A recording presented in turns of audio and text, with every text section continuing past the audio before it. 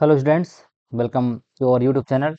और स्टूडेंट्स, आज हम बीएससी फर्स्ट सेमेस्टर का जो यूनिट 1 है आपका, जिसमें एंशिएंट इंडियन केमिस्ट्री के बारे में है, जो प्राचीन भारतीय रसायनज्ञ के बारे में, उसको आज हम पढ़ने वाले हैं। और जो बच्चे अभी भी बीएससी फर्स्ट सेमेस्टर में एंटर किए होंगे या जो एडमिशन लिए होंगे, ठीक है, उनके लिए थोड़ा सा ये कठिन है कि सिलेबस एकदम से चेंज हो गया है और 1 साल हो गया है एनईपी बेस में सिलेबस। ठीक है, तो आपके लिए हम जो हिंदी माध्यम के बच्चे हैं उनके लिए आज पूरा डिस्कस करेंगे कौन कौन से इसमें आपका सिलेबस है और कैसे कैसे टाइप के पढ़ना होता है।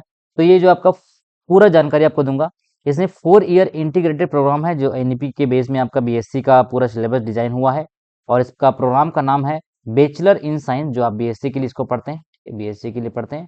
डिसिप्लिन आपका केमिस्ट्री है और सीजन आपका 2024 से लेकर 2028 तक ये जो है काम करने वाला है। अगर आप पंडित रविशंकर शुक्ला यूनिवर्सिटी के विद्यार्थी हैं, या आप दुर्ग विश्वविद्यालय से पढ़ रहे हैं, या फिर आप सरगुजा विश्वविद्यालय के स्टूडेंट हैं, या बिलासपुर विश्वविद्यालय, या आपका बस्तर विश्वविद्यालय, ये आपका जितने भी विश्वविद्यालय, छत्तीसगढ़ के कोई भी विश्वविद्यालय में आप पढ़ रहे होंगे, सारे विश्वविद्यालय में आपका एनईपी के बेस में जो आपका नेशनल एजुकेशन पॉलिसी है उसके बेस में सिलेबस लागू हो चुका है और इसको हमको कंटिन्यू पढ़ना है। ठीक है, चलिए, तो बात करें। और अगर आप किसी भी विश्वविद्यालय में हो, ऐसा कोई नहीं है, जैसे अगर कोई प्राइवेट विश्वविद्यालय में है, कोई अगर मैथ्स यूनिवर्सिटी के स्टूडेंट्स हो, या आपका कोई कलिंगा के हो स्टूडेंट्स हो, छत्तीसगढ़ की किसी भी, मैं आपको दे दिया देखिए, छत्तीसगढ़ के किसी भी विश्वविद्यालय में आप हो, आपको इसी सिलेबस को फॉलो करना है। ये 4 ईयर इंटीग्रेटेड जो अंडर ग्रेजुएट प्रोग्राम एनईपी के बेस में बना हुआ है। फिर इसका कोर्स कोड है CHHC01T, और आपका कोर्स टाइटल है फंडामेंटल केमिस्ट्री। इसका नाम क्या है, ये फर्स्ट सेमेस्टर के स्टूडेंट के लिए बता रहा हूँ मैं, ये सेकंड सेमेस्टर के लिए है। सिलेबस जो है अलग हो सकता है, लेकिन सब सारा चीज क्या है, फंडामेंटल केमिस्ट्री है इसका 1। और कोर्स टाइप है आपका DST। प्री रिक्विसाइट अगर है तो आपका कोई प्रोग्राम के अकॉर्डिंग ये चलेगा। कोर्स लर्निंग आउटकम, इसमें हम जानेंगे कि to know the contribution of ancient Indian scientist, study atomic structure पढ़ेंगे। इसमें पीरियोडिक प्रॉपर्टी है, और कॉन्सेप्ट ऑफ केमिकल बॉन्डिंग के बारे में डिस्कस करेंगे, covalent bonding, hybridisation, molecular geometry और इंटरमोलिकुलर इंटरेक्शन, और कुछ इसमें ऑर्गेनिक केमिस्ट्री के बारे में भी है। टोटल इसमें आपका जो मार्क्स है वो 100 मार्क्स का क्वेश्चन होगा इसका फर्स्ट सेमेस्टर में आपका, इस पेपर के लिए। ठीक है, और पासिंग मार्क आपका 40 नंबर है। ठीक है, पासिंग मार्क पर 40 नंबर। चलिए, थोड़ा सा मैं सिलेबस की बात करूंगा। सिलेबस में आपको देखना क्या क्या, पढ़ना क्या क्या। आपका सिलेबस जो है पार्ट ए में जो है वो केमिस्ट्री इन एंशिएंट इंडिया के बारे में है। जो प्राचीन भारतीय वैज्ञानिक रहे हैं वो, उसका क्या योगदान है केमिस्ट्री के फील्ड में, रसायन शास्त्र के फील्ड में, हमारे ऋषि मुनियों द्वारा, हमारे वैज्ञानिकों द्वारा क्या योगदान है, उसके बारे में दिया है। तो इसमें हम देखेंगे chemical techniques in ancient India, general introduction.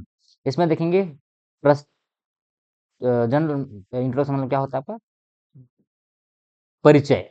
हम्म, परिचय के बारे में देखेंगे। और इसमें contribution of ancient Indian scientist in chemistry, metallurgy के बारे में देखेंगे, डाइज जो आपका रंजक जिसको बोलते हैं, पिगमेंट, कॉस्मेटिक्स, और आयुर्वेदा या चरक संहिता, आयुर्वेदिक विज्ञान के फील्ड में, क्षेत्र में कोई वैज्ञानिक हैं जो कितना उसमें योगदान दिए हुए हैं, उसके बारे में डिस्कस करेंगे। इसमें एंशिएंट इंडियन केमिस्ट, जिसमें बात करेंगे प्राचीन भारतीय वैज्ञानिक और उसके कंट्रीब्यूशन और बुक्स के बारे में बात करेंगे, ऋषि गणात, आचार्य नागार्जुना, वाघभट्ट, गोविंदाचार्य, यशोधर, रामचंद्र, सोमदेव, और आपका गोपाल भट्ट, ये कुछ वैज्ञानिक्स हैं। और इनके 19th सेंचुरी, जो 19वीं शताब्दी में इनके कुछ साइंटिस्ट हैं, जिसका नाम है आचार्य प्रफुल्ल चंद्र रे, his contribution and work for Indian chemistry. तो इस तरीके से पार्ट ए का सिलेबस है। उसके बाद आपका दूसरा पार्ट जो आता है वो एटॉमिक स्ट्रक्चर एंड पीरियोडिसिटी की बात करता है। एटॉमिक स्ट्रक्चर एंड पीरियोडिसिटी, जिसको आप बोलते हैं तत्वों की परमाणु संरचना एवं तत्वों की आवर्तिता, जिसको हिंदी में बात करते हैं। इसमें हम देखेंगे बोर्स थ्योरी और डुअल नेचर ऑफ पार्टिकल, जिसमें हम देखेंगे de Broglie equation, Heisenberg uncertainty principle, हाँ क्वांटम नंबर, ये बहुत इंपॉर्टेंट है, quantum number, rules of electron filling in orbital. ये सारा सिलेबस आपके जो आपका वेबसाइट जारी करता है उसी का सिलेबस है। और उस सिलेबस को आप क्या करेंगे, पूरा प्रिंट आउट करके आपके पास रखिए, और उसी सिलेबस के अनुसार आपके पास क्वेश्चन आएगा। ठीक है, मैं आपको कोशिश करूंगा जो चैप्टर्स मैं पढ़ा रहा हूँ उसका नोट्स पे आपको दे दूं, और आप कमेंट करिएगा। अगर आपको नोट्स चाहिए तो मैं टेलीग्राम ग्रुप में आपके लिए डाल दूंगा। हुंड्स रूल पढ़ेंगे, पाउली एक्सक्लूजन प्रिंसिपल है, अबाव प्रिंसिपल। फिर इसमें देखेंगे इलेक्ट्रॉनिक कॉन्फ़िगरेशन, क्या इसके इलेक्ट्रॉनिक कॉन्फ़िगरेशन है, stability, half field, relative anomalous behaviour of electronic configuration, उसके बाद देखेंगे इसमें इफेक्टिव न्यूक्लियर चार्ज, जिसको बोलते हो क्या, प्रभावी नाभिकीय आवेश, प्रभावी नाभिकीय आवेश। इसके बारे में हम बिल्कुल क्लास 11 में पढ़े हैं, उसी को आगे और पढ़ेंगे। Shielding effect, screening effect, Slater rules, atomic radii, ionisation energy, electron affinity, electronegativity, Pauling, Mulliken scale, और आपका है relation of electronegativity with hybridisation. थोड़ा सा सिलेबस डिस्कस कर रहा हूँ, फिर मैं इस चैप्टर शुरू करूंगा। फिर केमिकल्स बॉन्डिंग है, आयनिक बॉन्डिंग, जनरल और lattice energy, bond Haber cycle, covalent bonding में देखेंगे Lewis structure, valence bond theory, संकरण की संरचना, वीएसएपीआर थ्योरी, और कुछ ये मॉलिक्यूल्स हैं। ये सारा चीज आपका सिलेबस में दिया हुआ है, आप सिलेबस देखते जाइए। मैं जो पढ़ा रहा हूँ उसको सिलेबस से मैच करते जाइए, एज इट इज आपके सिलेबस में रखा हुआ है। फिर केमिकल बॉन्डिंग 2 है, इसमें देखेंगे हम molecular orbital theory, linear combination of atomic orbital method, criteria for orbital overlapping, जिसमें देखेंगे SS overlapping, SP overlapping, उसके बाद PP overlapping होता है। तो इस तरीके से जो अतिव्यापन जिसको आप बोलते हो। फिर इसमें होमोडायटोमिक और हेट्रोडायटोमिक मॉलिक्यूल्स हम के बात करेंगे, एमओ के बारे में, मॉलिकुलर ऑर्बिटल के थ्योरी के एमओटी के बारे में बात करेंगे। और इसमें one double force, ion dipole forces, dipole dipole interaction, ion dipole, ion induce repulsive force, hydrogen bonding, theories of hydrogen bonding और वैलेंस बॉन्ड ट्रीटमेंट। ये सारा सिलेबस आपके सिलेबस में दिया हुआ है। फिर तीसरा जो चैप्टर है पार्ट ए का, यानी कि ए में तीसरा यूनिट का है part A, chemical properties of S block element. इसमें देखेंगे relation with water, air, nitrogen, anomalous behaviour of lithium, beryllium, जिसको आप विकर्ण संबंध बोलते हैं, याद करो 11th क्लास में पढ़े होंगे। Oxide, hydroxide, peroxide, super oxide, preparation properties, chemistry of P block element है हमारे पास, boron group, carbon group, silicon, nitrogen, phosphorus, sulphur, ये सारा एलिमेंट्स की केमिस्ट्री आपके फर्स्ट सेमेस्टर में दिया हुआ है। ठीक है, फर्स्ट सेमेस्टर बहुत इंपॉर्टेंट वो है, मैं आपको बता देता हूँ। जब आप बीएससी, ठीक है, जब आपका बीएससी कंप्लीट हो जाएगा और बीएससी कंप्लीट होने के बाद जब आप मास्टर्स करने जाएंगे, एमएससी करने जाएंगे, तो इसके बीच में एक बहुत अच्छा एग्जाम होता है जिसको आईआईटी जेम बोलते हैं। क्या बोलते हैं? IIT JAM, joint admission for masters. ठीक है, क्या बोला मैं? ज्वाइंट, थोड़ा सा आपको वो भी बताया था, फिर शुरू करेंगे क्योंकि जानकारी भी बहुत जरूरी है। ज्वाइंट एडमिशन फॉर आपका मास्टर्स के लिए होता है। और इस पूरे एग्जाम में ये जो सिलेबस है, बीएससी का सिलेबस आता है, बीएससी का। तो बीएससी का जो सिलेबस है उसको अच्छे से पढ़िए आप, एकदम बेहतरीन तरीके से खोज खोज की पढ़िए। नहीं मिल रहा है बुक में और रिसर्च करिए, तब आप क्या करेंगे, एग्जाम में लिखने लायक आप पढ़ लेते हैं क्वेश्चन आंसर, उसके बाद भूल जाते हैं। तो ये सारी चीजें नहीं करना है आपको, एक अच्छे बच्चे की तरह, एक अच्छे स्टूडेंट की तरह आपको क्या करना है, नोट्स बनाते चलना है। और जो मैं पढ़ा रहा हूँ उसको समझना है कि सर जो पढ़ा रहे हैं वो क्या हो रहा है, कैसे हो रहा है, क्वेश्चन भी सॉल्व कराते चलूंगा मैं आपके लिए। ठीक है, इसमें देखेंगे हम electronic effect in organic compounds, जिसके बारे में हम बात करेंगे, बॉन्ड क्लीवेज, होमोलाइटिक, हेट्रोलाइटिक, और आपका बॉन्ड एनर्जी, बॉन्ड लेंथ, और बहुत सारे पैरामीटर्स हैं जिसमें हम देखेंगे electron displacement effect, inductive effect, electromagnetic effect. फिर इसमें बात करेंगे स्टीरियोकेमिस्ट्री और ऑर्गेनिक कंपाउंड्स के बारे में। ठीक है, ज्योमेट्रिकल आइसोमेरिज्म है, ऑप्टिकल आइसोमेरिज्म है। तो ये सारा सिलेबस आपके पास होना चाहिए। फिर ये लर्निंग कुछ रिसोर्सेज आपके लिए कहाँ कहाँ से आप पढ़ सकते हैं, जैसे ये पूरी बी आर शर्मा की किताब है, सत्य प्रकाश है, जेडिली की बुक, हाउस क्राफ्ट की बुक है, और आपका फूलचंद्र रे। चलिए, अब आज हम अपना टॉपिक शुरू करते हैं, ज़्यादा टाइम वेस्ट ना करते हुए। चलिए बात करते हैं हम प्राचीन भारत में रासायनिक तकनीक। प्राचीन भारत में रासायनिक तकनीक जिसका सामान्य परिचय आप देखेंगे आज। हमको पता है कि जो हमारा पुराना, जो हमारा वेद था, जिसमें ऋग्वेद है, यजुर्वेद है, सामवेद है, चार वेद है, ये आपका, इन सब में हमको हमारा बहुत जो धर्म ग्रंथ है वो बहुत रिच था। ठीक है, जैसे आचार्य कर्णाद के बारे में अगर बात करेंगे, या वैदिक पीरियड की बात करेंगे, तो देखिए इस तरीके से जो बर्तन बनाते थे, बहुत, मतलब एक प्रकार से कहा जाए तो बहुत रिच, बहुत धनवान थे हम लोग इस मामले में। और आज भी ऐसा नहीं है। तो प्राचीन भारत में जो हमारे रासायनिक तकनीक था, केमिकल टेक्निक था, वो किस बात के बारे में बात करता है, आज हम बात करने वाले हैं। तो सबसे पहले आपका जो रासायनिक, जो रसायन विज्ञान में जो योगदान दिए, उनके बारे में हम बात करेंगे। तो इसमें है आपका नागार्जुन, आचार्य नागार्जुना जो है, बहुत, मतलब बहुत वेल नोन साइंटिस्ट थे उस समय। और उन्होंने बहुत सारी किताब की भी लेखक है, जैसे रसलोक है, कल्पसूत्र चक्र है, आरोग्य मंजरी जैसी पुस्तकों, जैसे धातुओं का शोधन, मिश्र धातु, औषधि निर्माण में योगदान। इन्होंने भारतीय रसायन का एल्केमी कहा जाता था, क्या कहते थे, रसायन विज्ञान का एल्केमी कहा जाता था, ये एल्केमी का जनक कहा जाता था नागार्जुना को।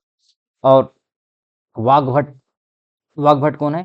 ये रस रत्न समुच्चय की रचना, धातुओं, खनिजों और औषधि रसायनों का वर्णन इन्होंने किया। गोविंदाचार्य गोविंदाचार्य जो है रसायनम ग्रंथ के लेखक हैं और ये औषधियों और रसायनों के उपयोग पर कार्य किया है। यशोधर कौन है? रस प्रकाश सुधाकर की रचना, आयुर्वेद और रसायन के मिलन का उल्लेख किया। ये किताब का नाम अब याद रखिएगा, आपको ऑब्जेक्टिव में पूछा जा सकता है कि वाघ भट्ट द्वारा कौन सी रचना किया गया है। रामचंद्र जो थे वो तंत्र विचारमणि के रचयिता, धातुओं और खनिज रसायन पर अध्ययन किया इन्होंने। फिर सोमदेव ने तंत्र युक्तिमणि ग्रंथ, रासायनिक प्रयोग और तकनीकों का वर्णन। फिर महर्षि कणाद आए। महर्षि कणाद जो है आणविक दर्शन या परमाणु सिद्धांत के बारे में बताया, जो पदार्थ की सूक्ष्मतम इकाई अणु और परमाणु का विचार दिया था। और गोपाल भट्ट जो है हरि भक्ति विलास की रचना किया था ग्रंथ का, और भक्ति साहित्य के साथ साथ औषधीय रसायनों का भी उल्लेख इनमें मिलता है। ठीक है, फिर एक एक करके हम बात करेंगे ऋषि कणाद का क्या योगदान है हमारे रासायनिक शास्त्र में या रसायन शास्त्र में। तो ऋषि कणाद जो है लगभग 600 ईसा पूर्व प्राचीन भारतीय दार्शनिक और वैज्ञानिक रहे हैं। इन्हें वैशेषिक दर्शन का प्रवर्तक माना जाता है। वैशेषिक दर्शन का प्रवर्तक या जनक माना जाता है। इन्होंने एटॉमिक थ्योरी के बारे में बताया। सबसे पहले बताया कि ब्रह्मांड के सभी पदार्थ सूक्ष्म कणों जो अणु या परमाणु से बने होते हैं, और परमाणु जो है अविभाज्य होते हैं, इनडिविजिबल होते हैं, हम उसको और तोड़ नहीं सकते, या इनडिस्ट्रक्टिबल या अविनाशी होते हैं, और शाश्वत होते हैं, इटर्नल होते हैं, अमर होते हैं, जिसको मतलब उसको कोई ब्रेक नहीं कर सकता। उसी तरीके से उसका 3 4 5 वर्गीकरण किया गया परमाणु का, जैसे कि पृथ्वी, जल, अग्नि, वायु, आकाश, जिसको बोलते हैं 5 तत्व है। ठीक है, क्षितिज, जल, पावक, गगन, समीरा, जिसको बोलते हैं 5 महाभूत, जो है इसके बारे में उन्होंने बताया। ठीक है, वही आज हमारा नई केमिस्ट्री में सॉलिड, देखिए ये क्या हुआ है, सॉलिड और लिक्विड, ठीक है, लिक्विड और गैस और प्लाज्मा, ये सारी स्टेट आज हम मॉडर्न टेक्नोलॉजी में इसी को पढ़ते हैं, मॉडर्न साइंस में। लेकिन उन्होंने पहले ही बता दिए थे कि पृथ्वी आपका सॉलिड है, लिक्विड, वायु गैस, अग्नि प्लाज्मा, और आकाश आपका क्या है, जो सॉलिड और लिक्विड का जो मिक्सचर का पार्टिकल है, उसके बारे में उन्होंने बता दिया था। फिर कॉम्बिनेशन ऑफ एटम उन्होंने बताया कि 2 परमाणु मिलके क्या बनाते हैं, अणु बनाते हैं। ठीक है, डायटोमिक होते हैं। और अगर 3 परमाणु मिल जाए तो क्या बनाते हैं, ट्राइटोमिक बनाते हैं। इस प्रकार यौगिक जो है पदार्थों की रचना होती है, कैसे कॉम्बिनेशन हो गई। तो ये सारी चीजें उन्होंने अपने प्राचीन रसायन शास्त्र में बता चुके हैं। गुणों के आधार पर उन्होंने पदार्थों के रंग, स्वाद और गंध के आधार पर अन्य गुण उनके परमाणुओं के संयोजन और व्यवस्था पर निर्भर करते हैं। इनके वे कुछ वैज्ञानिक महत्व हैं कि ऋषि कर्णाद का अणु सिद्धांत आधुनिक वैज्ञानिक जो डाल्टन के एटॉमिक थ्योरी था, उससे लगभग 2000 वर्ष पहले का। आज हम जिस डाल्टन थ्योरी को पढ़ते हैं, उससे 2000 साल पहले हमारे जो महर्षि कर्णाद है, हमारे जो प्राचीन भारतीय वैज्ञानिक है, उन्होंने बता दिया था। इसीलिए इन्होंने भारतीय परमाणु सिद्धांत का जनक कहा जाता है। भारतीय परमाणु सिद्धांत का जनक कौन है? महर्षि कर्णाद के बारे में हम इसमें पढ़ते हैं। तो कुछ समरी के तौर पे देख लीजिए, ऋषि कर्णाद कौन है? वैशेषिक दर्शन के प्रवर्तक है। प्रथम अणु सिद्धांत इन्होंने दिया, और प्रथम परमाणुओं से मिलकर जो पदार्थ है उनके बारे में बताया। परमाणु जो है अविनाशी और अविभाज्य है। ये डायटोमिक और ट्राइटोमिक हो सकते हैं, और आधुनिक एटॉमिक थ्योरी से पहले का योगदान है। मतलब आज हम जिस डाल्टन थ्योरी को पढ़ते हैं, जिस डाल्टन के बारे में पढ़ते हैं, उसके 2000 साल पहले सोचो कितना, मतलब हमारा जो रसायन शास्त्र है कितना योगदान कितना दिया है इस मामले में, कि 2000 साल पहले बता चुके हैं कि आप जो अभी पढ़ रहे हैं वो एटॉमिक थ्योरी जो है महर्षि कणा द्वारा बता दिया गया है। फिर आचार्य नागार्जुन का प्राचीन रसायन में क्या योगदान रहा है? इनको लगभग दो शताब्दी में दूसरी शताब्दी में आपका प्राचीन भारत के महान वैज्ञानिक, रसायनज्ञ और बौद्ध आचार्य थे। कौन थे ये? बौद्ध आचार्य थे। इन्हें भारतीय रसायन शास्त्र का जनक भी कहा जाता है। भारतीय रसायन शास्त्र का जनक कहा जाता है। इनके कुछ ग्रंथ हैं, मुख्य ग्रंथ है रस रत्नाकर, योग शतक, आरोग्य मंजरी, जिसमें वो डिफरेंट डिफरेंट टाइप्स के बारे में बताया है। जैसे इसमें धातुओं, रस रत्नाकर में क्या बताया इन्होंने? धातुओं, खनिजों और औषधियों से संबंधित विवरण मिलता है। योग शतक में क्या बताया है? आयुर्वेद और चिकित्सा विज्ञान पर आधारित बातों का वर्णन किया है। आरोग्य मंजरी में इन्होंने क्या बात किया है? चिकित्सा पद्धति और औषध निर्माण पर केंद्रित किया है। उसी तरीके से जो रसायन शास्त्र में इन्होंने क्या क्या योगदान दिया है? धातुओं का शोधन में काम किया, धातुओं को मिलाकर मिश्र धातु, आज हम जो स्टील का बर्तन यूज करते हैं, या जनरली जितने भी ऐसे बर्तन है जिसमें जंग नहीं लगता, जो मिश्र धातु, जो हम सोना पहनते हैं, ऑर्नामेंट्स पहनते हैं, चांदी पहनते हैं, वो सब जो एलॉय फॉर्मेशन है, मिश्र धातु का बनाने की विधि इन्होंने पहले ही बता चुके हैं। औषधि निर्माण में इनका योगदान है। पारे का उपयोग और प्रयोग पर विशेष कार्य, जो मरकरी आज हम यूज करते हैं उसके बारे में उन्होंने बता दिया है। और सोना और चांदी जैसे धातुओं को कृत्रिम रूप से शुद्ध करने का प्रयास उन्होंने किया है। ठीक है। फिर चिकित्सा के क्षेत्र में भी इनका बहुत योगदान रहा है। विभिन्न रोगों की चिकित्सा के लिए औषधियों का निर्माण, धातुओं और खनिजों से औषध तैयार करने की विधि, आयुर्वेद को वैज्ञानिक दृष्टि से बहुत मजबूत आधार प्रदान किया इन्होंने। आयुर्वेद के क्षेत्र में बहुत काम किया है नागार्जुन ने। वैज्ञानिक दृष्टिकोण था इनका कि प्रयोगों और अनुभव पर आधारित अध्ययन करना, रसायन शास्त्र को केवल तात्विक या थ्योरेटिकल ना मानकर प्रैक्टिकल के रूप में दिया। मतलब केमिस्ट्री एक ऐसा सब्जेक्ट है जिसमें आप थ्योरेटिकल की बात तो करते ही हैं, लेकिन आपको एक प्रैक्टिकल तौर पे भी जाना चाहिए कि प्रैक्टिकल आपको आना चाहिए, तब जाके आपको एक प्रूफ मिलेगा कि हाँ, ये जो है इस बात का पुख्ता प्रमाण है कि हम जो बोल रहे हैं वो होता है। और आचार्य नागार्जुन का एक बहुत महत्व है कि इनको भारतीय रसायन का आचार्य, विज्ञान का आचार्य कहा, भारतीय रसायन विज्ञान का आचार्य कहा जाता है। और इनका कार्य आधुनिक रसायन शास्त्र और आयुर्वेद दोनों के लिए आधारशिला साबित हुआ। मतलब जिस काम को उन्होंने इतने साल पहले किया, उसी चीज को मान के आज हम जो आधुनिक रसायन शास्त्र के बारे में बात करते हैं, एटॉमिक थ्योरी, मॉलिक्यूलर थ्योरी, इस सब का आधारशिला उन्होंने उस समय रख दिए थे। फिर कुछ टेक्निक्स हैं, केमिकल टेक्निक्स हैं जिसमें बारे में बात करेंगे। हाँ, थोड़ा-सा इसमें देख लेते हैं कि एग्ज़ाम पॉइंट ऑफ व्यू से क्या शॉर्ट नोट्स आपको हम प्रोवाइड कर सकते हैं। तो यहाँ देखिए, आचार्य नागार्जुना का रसायन शास्त्र के जनक है, ग्रंथ है इसका, योगदान, पारे में विशेष कार्य और आपका रसायन, ये आप लिख सकते हैं नोट्स के तौर पे, ठीक है। छोटा-छोटा आप लिख सकते हैं नोट्स के तौर पे, आपके पास होना चाहिए। फिर नेक्स्ट आया आपके, हाँ, वही है इन्हीं के बारे में सेम चीज़ें। ये देखिए, जो दिल्ली का आयरन पिलर बना है, सोचो कितने सौ साल पुराने हैं ये दिल्ली का जो आयरन पिलर है, 2300 साल पहले। ठीक है, ये आप जिसको बोलते हैं, मेहरौली में स्थित है ये आयरन पिलर। और ये देखिए, ये तो ये आज भी, मतलब सोचो, ये जंग नहीं लगा, इसमें कोई जंग की प्रॉपर्टी नहीं, जंग नहीं लगा, ये आयरन का पिलर उस समय कैसे बनाए होंगे इस चीजों को, कितने सौ साल पहले, 2300 साल पहले, आज भी इसमें कोई रस्टिंग नहीं हुआ है। तो ऐसा चीज हमारे जो साइंटिस्ट हैं, जो प्राचीन भारतीय वैज्ञानिक है, वो सब सोच के पूरा दिमाग लगा के सब चीज को बनाए हुए हैं। मतलब हमारी जो प्राकृतिक रसायन विज्ञान है, औषध विज्ञान है, वो कितना पुराना रहा होगा। आज हम उस चीज से वंचित हो जा रहे हैं। हम कुछ नए नए उसमें और वेरिएशंस ला रहे हैं, लेकिन आज भी हमको ये पता नहीं चल पा रहा है कि इसमें क्या है एक्चुअली में, जो इतना दिन से इसमें कोई जंग लगी ही नहीं है। आजकल के लोहा में साल 2 साल में जंग लग जा रहा है। तो इस तरीके से हमारा विज्ञान था, धर्मान रहा है। फिर एक तीसरे साइंटिस्ट हैं जिनका नाम है आचार्य वाग्भट, जो प्राचीन भारतीय में बहुत अच्छा महान आयुर्वेदाचार्य रहे हैं। लगभग 7वीं शताब्दी की बात है। ये चरक और सुश्रुत के बाद, ठीक है, चरक और सुश्रुत के बाद इनका आयुर्वेद में सबसे बड़े विद्वानों में गिने जाते हैं। कौन को? आचार्य वाग्भट के बारे में अगर आपको पूछते हैं तो बताइएगा आप कि महान आयुर्वेदाचार्य थे आचार्य वाग्भट। उनके कुछ महान मुख्य ग्रंथ हैं जिसका नाम है अष्टांग हृदयम, अष्टांग संग्रह। ठीक है, इसमें गद्य में लिखा गया, छात्रों के लिए बहुत सरल है, चीजों में लिखा गया है अष्टांग हृदयम। और इसमें अष्टांग संग्रह जो है छंदों में लिखा गया है, विद्वानों और शोधकर्ताओं के लिए उपयुक्त है। अष्टांग संग्रह और अष्टांग हृदयम, दो आपके इनके लिए ग्रंथ है। ठीक है, और इसके योगदान है आयुर्वेद के अष्टांग 8 शाखाओं से सुमेधित है, जिसमें मेडिसिन के बारे में है, सर्जरी के बारे में है, और ऑप्थेमोलॉजी, एएनटी जिसको आज हम ईयर नेक एंड थ्रोट जिसको बोलते हैं, कौमार भृत्य पेडिट्रिस्ट के बारे में है, अंग अंग तंत्र टॉक्सिकोलॉजी, भूत विद्या के बारे में भी इन्होंने बताया, रसायन तंत्र के बारे में, और वाजीकरण जो आपका एफोड्रोप, ठीक है, एफोड्रेसिक थेरेपी है जिसके लिए।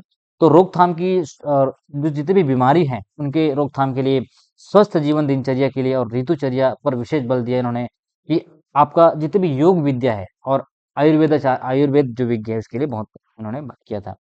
आयुर्वेद को अधिक व्यवस्थित और सरल बनाया ताकि विद्यार्थी और चिकित्सक अपनी आसानी से सीख सके। इतना बहुत अच्छा योगदान था आचार्य वाग्भट का। इनका आयुर्वेदाचार्य हैं ये, ठीक है। आयुर्वेद के महान संहिताकार कहा जाता है, क्या बोलते हैं इनको? आचार्य वाग्भट ने चरक और सुश्रुत की शिक्षाओं को संकलित करके उन्हें व्यवस्थित रूप दिया। इनके ग्रंथ आज भी आयुर्वेदिक मेडिकल शिक्षा में आधारभूत ग्रंथ माने जाते हैं। इन्हें आयुर्वेद के महान संहिताकार भी कहा जाता है। तो योगदान है इसका अष्टांग आयुर्वेद और का व्यवस्थित वर्णन, अष्टांग हृदयम और अष्टांग संग्रह, दो ही याद रखिएगा। और इसमें स्वस्थ जीवन हेतु दिनचर्या के बारे में, ऋतुचर्या के बारे में बल दिया। आयुर्वेद को सरल और व्यवहारिक रूप दिया। कौन? आपका आचार्य वाग्भट। फिर है आपका आचार्य गोविंदाचार्य। आचार्य गोविंदाचार्य जो है प्रसिद्ध रसायनज्ञ, ये भी आयुर्वेदाचार्य थे। इन्हें भारतीय रसायन शास्त्र में alchemy and chemistry in Ayurveda परंपरा के प्रमुख विद्वानों में गिना जाता है। इनका योगदान है रस शास्त्र में इंडियन एल्केमी के बारे में बताया, और पारे और धातुओं से, जो धातुओं से औषधि तैयार करने की विधियों के बारे में इन्होंने बताया। रोगों की चिकित्सा, धातु औषधीय, मेटल बेस्ड मेडिसिन, जो आज हम आयरन की गोली खाते हैं, जिंक की गोली खाते हैं, उस तरीके से जो मेटल नैनो पार्टिकल, मतलब उस समय नैनो पार्टिकल की तो आविष्कार नहीं हुआ था, लेकिन उस धातुओं का यूज करते थे हमारी बॉडी में, हमारे शरीर के लिए क्या उसका उपयोग है। आयुर्वेद को अधिक व्यवहारिक और प्रभावी बनाने में इन्होंने बहुत योगदान दिया था। ठीक है, आचार्य गोविंदाचार्य, याद रखिए। इनके कुछ ग्रंथ हैं। ठीक है, माना जाता है कि गोविंदाचार्य ने रस शास्त्र और औषध विज्ञान, धातु औषध विज्ञान पर ग्रंथों की रचना जो किए थे वो कालांतर में लुप्त हो गए। ठीक है, इनके कुछ ग्रंथ रहे होंगे। उनकी शिक्षाओं में रस विद्या परंपरा को बहुत मजबूती देती है, महत्व है। गोविंदाचार्य को भारतीय रस शास्त्र के प्रमुख प्रवर्तकों में गिना जाता है, और उन्होंने आयुर्वेदिक औषधि निर्माण में धातु और खनिजों के प्रयोग को बढ़ावा दिया। हाँ, इन्हें आयुर्वेद रसायन शास्त्र के अग्रदूत कहा जाता है। इन्हें कभी कभी क्या बोला जाता है, आयुर्वेद रसायन शास्त्र के अग्रदूत कहा जाता है। तो इस तरीके से आपके जो प्राचीन रसायन के साइंटिस्ट, वैज्ञानिक रहे हैं, ठीक है, गोविंदाचार्य। गोविंदाचार्य के बारे में अगर हम बात करें तो ये रसशास्त्रीय विज्ञान और आपका धातु शोधन, पारे, धातु शोध, औषध निर्माण, आयुर्वेद और प्रायोगिक और प्रभावी बनाया। ठीक है, तो ये कुछ साइंटिस्ट, वैज्ञानिक रहे हैं हमारे प्राचीन भारतीय में। नागार्जुना बता दिया आपको, ऋषि कर्णाद। तो ये आपका यहाँ पे जो मैं बात कर रहा था, ये जो सिलेबस के, ये आपके सिलेबस में ये दिया हुआ है, ये देखिए। ठीक है, एंशिएंट इंडियन केमिस्ट के बारे में ऋषि कणाद है, आचार्य नागार्जुना है, वाग्भट है, गोविंदाचार्य है। तो और कुछ साइंटिस्ट बचे हैं, यशोधर, रामचंद्र, सोमवेद, गोपाल भट्ट। इसके बारे में हम बात करेंगे आगे। इससे पहले मैं थोड़ा सा आपको ये बता दूं कि इस टॉपिक में, इस सिलेबस में एक्चुअली में इंपॉर्टेंट जो चीज है, ये तो हमने पढ़ेंगे, ये बहुत इंपॉर्टेंट है। देखिए, केमिस्ट्री इन एंशिएंट इंडिया, इसमें हम देखेंगे इंट्रोडक्शन पार्ट, हिस्ट्री की कोई भी जो केमिकल टेक्निक है, चाहे वो खाना बनाने से लेके मेटलर्जी के बारे में बात हो, या कपड़ा रंगने से बात हो, या उस समय जो जितनी भी सारी टेक्निक्स हैं, क्योंकि उस समय कुछ मशीन्स नहीं रहते थे, कोई मशीन का आविष्कार नहीं हुआ था। तो जो चीजें एकदम बेसिक बेस में था, जिनको कुछ चीज की जरूरत पड़, जैसे आपको किसी रंग की जरूरत पड़ती, या कोई कहीं पे कलर करना हो, तो कहीं से प्लांट से ले लिया, या किसी पत्थर को पीस के ले लिया। इस तरीके से जो केमिकल, जो एंशियंट टेक्निक है, उनके बारे में हम बात करेंगे, जिसको केमिस्ट्री इन एंशियंट इंडिया बोलते हैं। ठीक है, तो ये तो रहा कुछ आपके साइंटिस्ट के बारे में। कुछ साइंटिस्ट और है आपके लिए, जो कि मैं आपको यहाँ पे अधिक दूंगा, जितने भी प्राचीन भारत में आपके रासायनिक वैज्ञानिक रहे हैं। ठीक है, तो ये आप नोट करते चलिएगा, ये जो पॉइंट है बहुत इंपॉर्टेंट है। अभी आपको मैं क्या बताया, अभी आपको जो साइंटिस्ट के बारे में है उसको मैं बता रहा था, ऋषि कणाद के बारे में, आचार्य नागार्जुना के बारे में, वाग्भट के बारे में, गोविंदाचार्य। हाँ, अब हम ये पढ़ेंगे, उसके बाद नेक्स्ट है मेटलर्जी के बारे में, है डाइस, पिगमेंट, कॉस्मेटिक, आयुर्वेद और आपका जो चरक संहिता है, इनके बारे में बात करेंगे। और ये जो केमिकल टेक्निक्स है, उनके बारे में भी बात करेंगे, कैसे किस टेक्निक का यूज करते थे, उसका इंट्रोडक्शन देखेंगे। ठीक, फिर ये जो पार्ट ए है, ये पूरा कंप्लीट हो जाएगा। फिर एक नए बहुत इंपॉर्टेंट साइंटिस्ट, जिसको फादर ऑफ इंडियन केमिस्ट्री बोलते हैं, आचार्य पीसी रे, इनके बारे में डिस्कस करेंगे कि इनका क्या कंट्रीब्यूशन रहा है हमारे मॉडर्न केमिस्ट्री में, जब भारतीय जो आधुनिक आधुनिक भारतीय जो रसायन है, इनके बारे में उन्होंने क्या योगदान दिया है। ठीक है, चलिए फिर मिलते हैं नेक्स्ट वीडियो में। तब तक के लिए आप इस पूरा नोट्स तैयारी कीजिए, इसको नोट्स बनाइए, लिखिए इसको कॉपी में, और फिर मैं आपके लिए नेक्स्ट वीडियो लेके आऊँगा, जिसमें हम डिस्कस करेंगे केमिकल टेक्निक्स के बारे में। तो आपका जो बच्चे बीएससी फर्स्ट ईयर में एडमिशन ले चुके हैं, मैं उनके लिए बार-बार बोल रहा हूँ, इसको एकदम सिस्टम से पढ़िए, बीच-बीच में छोड़ के नहीं पढ़ना है। परीक्षा बोर्ड के सहारे या और किताब के सहारे ही नहीं रहना है, कुछ थोड़ा-सा आपको इधर-उधर से खोज के, बिल्कुल उसमें रिसर्च करके अपना खुद का नोट्स बनाइए। एग्ज़ाम टाइम आपका बहुत कम समय रहता है, बहुत जल्दी एग्ज़ाम आ जाता है। ये देखिए, अभी सितंबर लग गया है, अक्टूबर, नवंबर 2 महीने बाद एग्ज़ाम आ जाएगा, आपका सिलेबस कंप्लीट नहीं हुआ रहता है।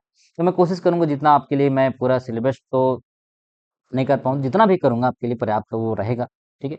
चलिए मिलते हैं नेक्स्ट वीडियो में, तब तक के लिए हाँ, और वीडियो में अगर वीडियो आपको पसंद आया तो वीडियो शेयर कर दीजिए, सो दैट कि आपके बच्चों तक, जितने भी आपके पेरेंट्स जो दूसरे कॉलेजेस में पढ़ रहे हैं, उन पेरेंट्स के बच्चों तक भी पहुँच जाए। ठीक है? चलिए मिलते हैं नेक्स्ट। Thank you.